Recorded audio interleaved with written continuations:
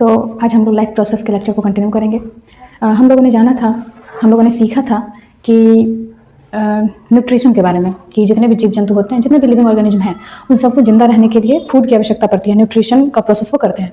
अब ये जो न्यूट्रिशन का प्रोसेस है, ये दो तरीके से किया जा सकता है, ऑटोट्रॉफिक मोड से और हेट्रोट्रॉफिक मोड से, जिसको हम लोगों ने थोड़ा थोड़ा समझा था।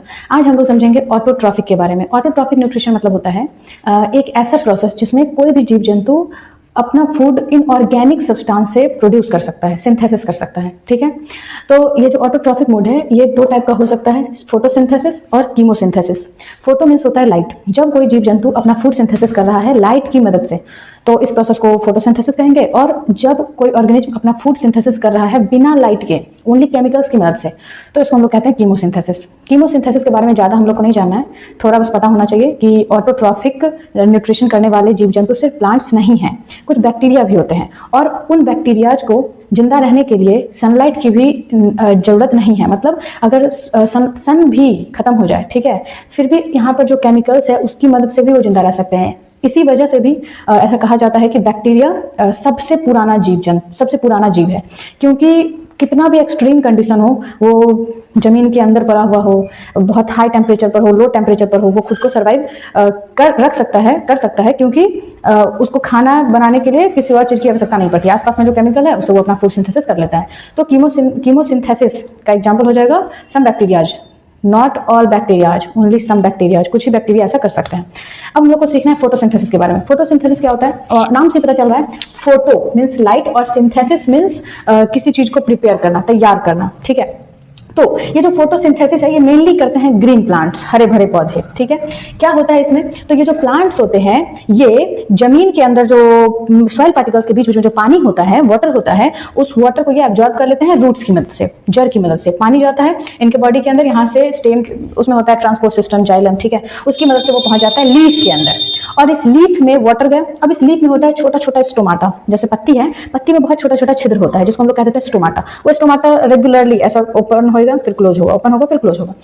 और जब ये ओपन होगा तो बाहर में जो कार्बन डाइऑक्साइड है वो इसके पत्ती के अंदर चला जाएगा। तो लीफ के अंदर दो सब्सटेंस गया, कार्बन डाइऑक्साइड और वाटर। अब इन दोनों में होगा रिएक्शन, लेकिन रिएक्शन करने के लिए चाहिए एनर्जी। ये एनर्जी आएगा सनलाइट से। ठीक है, सनलाइट में एनर्जी है, उस एनर्जी का इस्तेमाल करके इसके बीच में रिएक्शन करवाया जाएगा और बनाया जाएगा ग्लूकोज। ग्लूकोज का फार्मूला C6H12O6। और इसके साथ साथ एक बाय प्रोडक्ट भी बनेगा। बाय प्रोडक्ट मतलब कि प्लांट के लिए प्लांट वो बनाना चाहता नहीं था, लेकिन बस वो बन गया है। ठीक है, तो प्लांट के किसी काम का नहीं है वो, तो प्लांट उसको स्टोमाटा के थ्रू वापस से बाहर कर देगा। जैसे स्टोमाटा से कार्बन डाइऑक्साइड आया था, अब स्टोमाटा से ऑक्सीजन बाहर चला जाएगा। मेनली प्लांट को बनाना था ये ग्लूकोज, और ये बना है सनलाइट की मदद से, इसलिए इस प्रोसेस को हम लोग कह देते हैं फोटोसिंथेसिस। अब फोटोसिंथेसिस करने के लिए कौन कौन से रॉ मटेरियल्स चाहिए? रॉ मीन्स होता है कच्चा पदार्थ कौन सा चाहिए। तो अक्सर बच्चे कंफ्यूज हो जाते हैं, उनको लगता है फोटोसिंथेसिस करने के लिए चाहिए चार चीज, ये कार्बन डाइऑक्साइड, वाटर, फिर यहाँ पे चाहिए होगा सनलाइट, और सनलाइट को एब्जॉर्ब करने के लिए चाहिए क्लोरोफिल। तो बच्चे कह देते हैं ये चारों सब्सटेंस, जबकि सब्सटेंस रॉ मटेरियल कच्चा पदार्थ सिर्फ दो ही है, कार्बन डाइऑक्साइड और वाटर। ठीक, अब हम लोग देखते हैं पूरा रिएक्शन। ये जो कार्बन डाइऑक्साइड है, इसके साथ रिएक्शन हुआ पानी का, और इसको चाहिए सनलाइट को एब्जॉर्ब करने के लिए क्लोरोफिल। इसके बाद ये बनाएगा ग्लूकोज और साथ में ऑक्सीजन। ठीक है, अब इसका है ना, पूछ देते हैं बैलेंस्ड केमिकल इक्वेशन। कुछ भी नहीं है, एकदम ईजी है।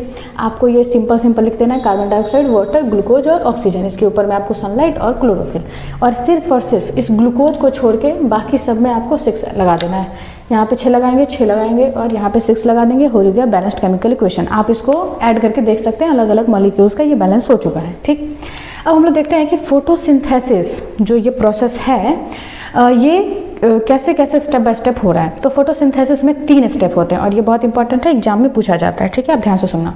फोटोसिंथेसिस में 3 स्टेप होते हैं। सबसे पहला कि सनलाइट पहले आएगा प्लांट के ऊपर, ठीक है, और पत्ती के अंदर पाया जाएगा क्लोरोप्लास्ट के अंदर क्लोरोफिल, वो क्लोरोफिल सनलाइट को एब्जॉर्ब करेगा। ये हुआ सबसे पहला स्टेप। तो पहला स्टेप क्या है, absorption of light energy by chlorophyll के द्वारा लाइट एनर्जी को एब्जॉर्ब किया जाएगा। सेकंड स्टेप होगा कि लाइट एनर्जी को कन्वर्ट कर देंगे केमिकल एनर्जी में। लाइट एनर्जी को कन्वर्ट किया जाएगा केमिकल एनर्जी में, और फिर उस केमिकल एनर्जी की मदद से पानी को तोड़ दिया जाएगा, स्प्लिट कर दिया जाएगा। जैसे कि यहाँ पे आप देखेंगे कि ये था H2O, इसमें जब एनर्जी डाला जाएगा, मतलब एनर्जी की मदद से इसको तोड़ा जाएगा, तो ये स्प्लिट होगा हाइड्रोजन में और ऑक्सीजन में, ठीक है। फिर क्या किया जाएगा कि ये जो H2 है, ये सेकंड स्टेप हो गया। सेकंड स्टेप में क्या था कि लाइट एनर्जी को कन्वर्ट किया केमिकल एनर्जी में, और उस केमिकल एनर्जी की मदद से वाटर को स्प्लिट कर दिया गया, पानी को तोड़ा गया हाइड्रोजन और ऑक्सीजन में, ठीक है।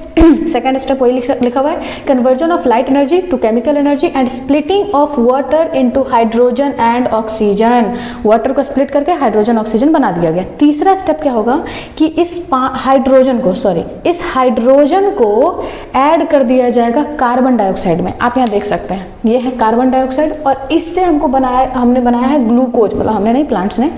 इस ग्लूकोज को बनाने में देखिए क्या क्या है, यहाँ पे है कार्बन, हाइड्रोजन, ऑक्सीजन। इस कार्बन डाइऑक्साइड में कार्बन था, ठीक है, ऑक्सीजन भी था, बस कमी किसकी थी, हाइड्रोजन की। तो इस पानी में से हाइड्रोजन लिया गया और इसमें ऐड कर दिया गया, ठीक।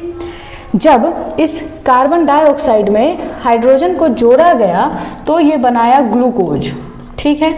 और क्योंकि जब किसी भी सब्सटेंस में हाइड्रोजन ऐड होता है, एडिशन होता है, तो इसको हम लोग बोलते हैं रिडक्शन। बेसिक केमिस्ट्री है ये कि किसी भी मॉलिक्यूल में जब हाइड्रोजन जुड़ जाता है तो उस प्रोसेस को हम लोग रिडक्शन कह देते हैं। तो यहाँ पर रिडक्शन हुआ है कार्बन डाइऑक्साइड का। जैसे ही कार्बन डाइऑक्साइड में हाइड्रोजन ऐड होगा तो वो बन जाएगा ग्लूकोज। तो तीसरा प्रोसेस क्या है, reduction of carbon dioxide to glucose. Carbon dioxide को रिड्यूस करके ग्लूकोज बनाया गया, और साथ में जब इस पानी में से हाइड्रोजन चला गया तो बचा सिर्फ ऑक्सीजन, तो यहाँ पे ऑक्सीजन बाहर आ जाएगा, ठीक है। तो ये था 3 स्टेप फोटोसिंथेसिस का। आपको याद रखना है, सबसे पहले जो सनलाइट से लाइट एनर्जी आ रहा है उसको क्लोरोफिल एब्जॉर्ब कर लेगा। दूसरा स्टेप, उस लाइट एनर्जी को कन्वर्ट किया जाएगा केमिकल एनर्जी में, और उस केमिकल एनर्जी की मदद से वाटर को स्प्लिट किया जाएगा हाइड्रोजन और ऑक्सीजन में। फिर तीसरा स्टेप, उस कार्बन डाइऑक्साइड को जो CO2 हवा में से आया था उसमें हाइड्रोजन ऐड किया जाएगा, मतलब कार्बन डाइऑक्साइड का रिडक्शन करके बना देंगे ग्लूकोज, ठीक है। तो ये जो फोटोसिंथेसिस का प्रोसेस था, ये कहाँ पे होता है, ठीक है, मतलब इसका साइट क्या है। तो फोटोसिंथेसिस होता है लीफ के अंदर, ये हम सबको पता है। लीफ में भी कहाँ पर, तो देखेंगे ऐसे लीफ जो है उसके अंदर पाया जाता है मेसोफिल टिश्यू। इस तरीके से ये है लीफ का स्ट्रक्चर। जैसे अगर ये ऐसे पतला सा लीफ है तो ये जो है ना, इसका थिकनेस, इसको ऐसे बड़ा करके दिखाया गया तो कुछ ऐसा दिख रहा है। सबसे ऊपर में पाया जाएगा एपिडर्मिस, जो ऊपर वाला है उसको अपर एपिडर्मिस, और नीचे वाले को लोअर एपिडर्मिस, ठीक है। एपिडर्मल सेल ऐसा होता है जिसके बीच में गैप नहीं होता है, जैसे आपको यहाँ पे गैप दिख भी नहीं रहा होगा, ताकि कुछ भी गैस वैस जो है डिफ्यूज करके बाहर ना जा सके, और एक्स्ट्रा प्रोटेक्शन के लिए वाटर वगैरह भी बाहर ना जाए, इसलिए इसके बाहर होता है वैक्सी एक लेयर, जिसको हम लोग कह देते हैं क्यूटिकल, ठीक है। फिर इसके नीचे पाया जाता है इस तरीके का सेल, जिसको हम लोग कह देते हैं मेसोफिल सेल। इसी मेसोफिल सेल के अंदर पाया जाएगा क्लोरोप्लास्ट, जो आपको ऐसे डॉट डॉट दिख रहा है, ये क्लोरोप्लास्ट है।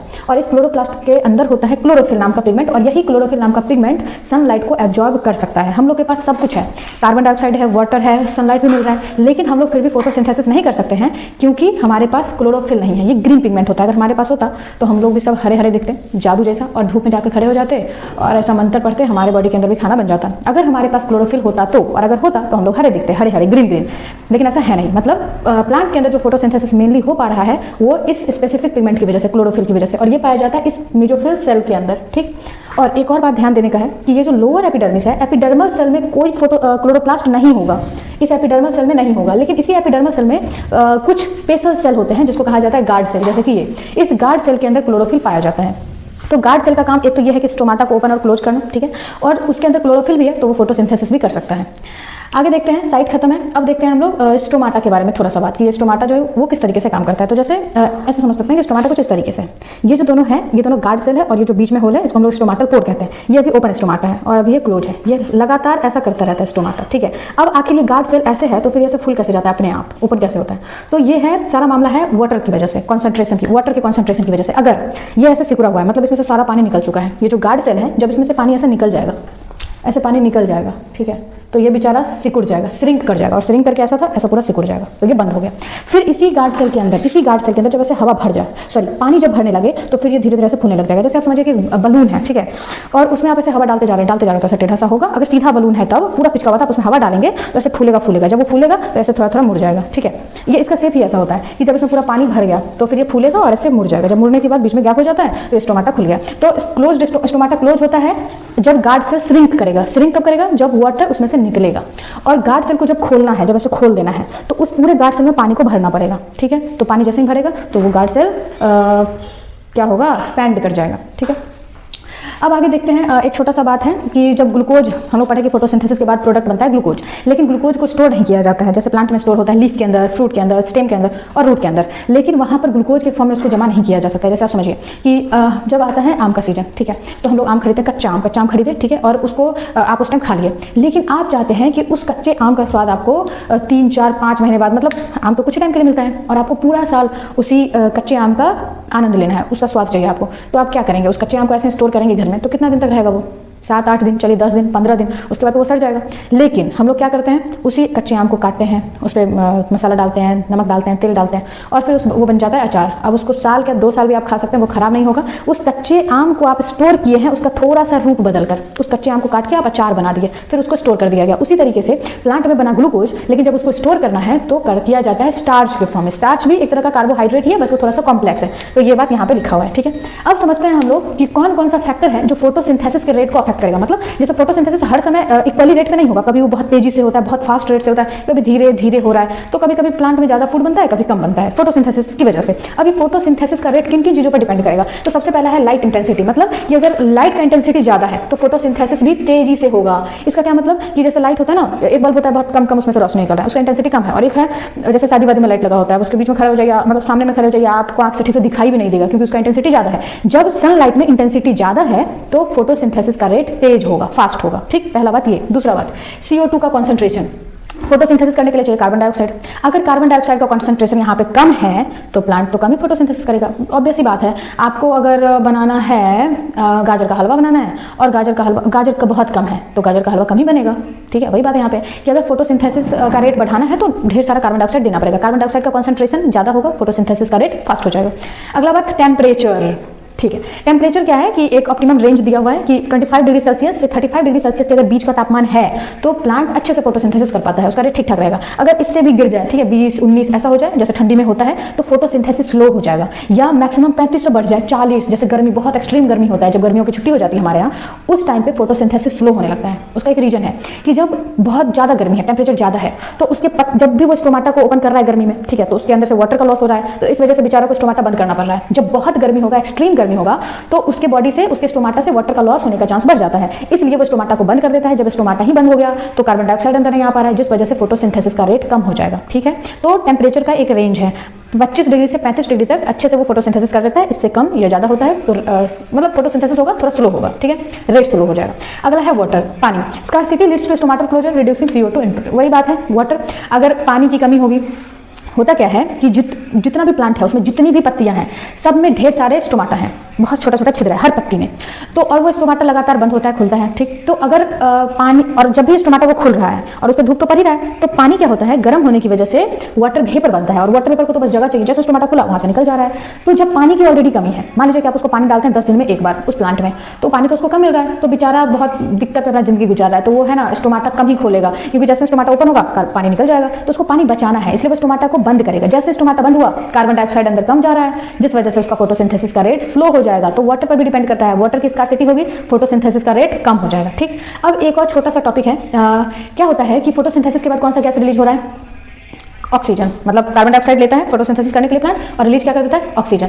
लेकिन कुछ प्लांट्स हैं जैसे डेजर्ट प्लांट, जो रेगिस्तान में रह रहा है पौधा, जो रेगिस्तान में उग रहा है, उस पौधे में ऑक्सीजन, मतलब दिन के टाइम पे नॉर्मली प्लांट जो है वो ऑक्सीजन कम रिलीज कर रहा है, ऑक्सीजन वो रिलीज करता है दिन के टाइम पे, लेकिन डेजर्ट प्लांट में ऐसा नहीं होता है, दिन के टाइम पे वो कार्बन डाइऑक्साइड ही रिलीज कर रहा है। मतलब बेसिकली कि डेजर्ट प्लांट में पानी बहुत कम है, तो वहाँ पर उनमें क्या व्यवस्था होगा उसको समझते हैं। तो होता क्या है कि बेचारा रात में अपना, दिन में स्टोमाटा नहीं खोलेगा वो डेजर्ट प्लांट, क्योंकि उसमें पानी की कमी है, वो स्टोमाटा खोलेगा, जो भी थोड़ा मोड़ा पानी था उसके पास सब निकल जाएगा, इसलिए वो दिन में क्या करेगा, स्टोमाटा को बंद करके रखेगा, रात में खोलेगा। जैसे अंधेरा हुआ, धूप कम हुआ, गर्मी कम हुआ, स्टोमाटा फटाक से खोला, बाहर में जितना कार्बन डाइऑक्साइड था फटाफट उसको खींच लिया, और जो जड़ था वहाँ से वाटर को एब्जॉर्ब करा, जितना भी मिल रहा है वो सब एब्जॉर्ब कर लिया। ठीक है, क्या क्या ले लिया वो, कार्बन डाइऑक्साइड और पानी। कब, रात को, क्योंकि रात को ही चुपके से स्टोमाटा वो खोलेगा।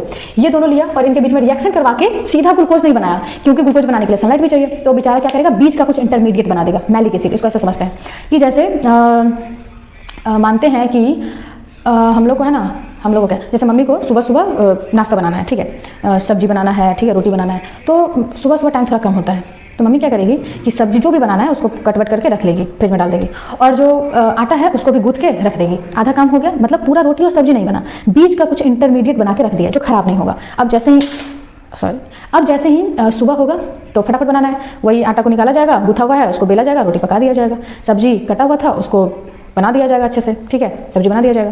तो इस तरीके से मम्मी क्या करी कि पूरा जो खाना था सुबह में जो बनाना था वो पूरा नहीं करी, बीच का कुछ बना के रख दी। तो बीच वाला जो सब्जी कटा हुआ था, आटा गूथा हुआ था, ये इंटरमीडिएट है। प्लांट भी वैसे ही करेगा, कार्बन डाइऑक्साइड वाटर लेगा, दोनों को जोड़ के बना देगा मैलिक एसिड, ठीक है।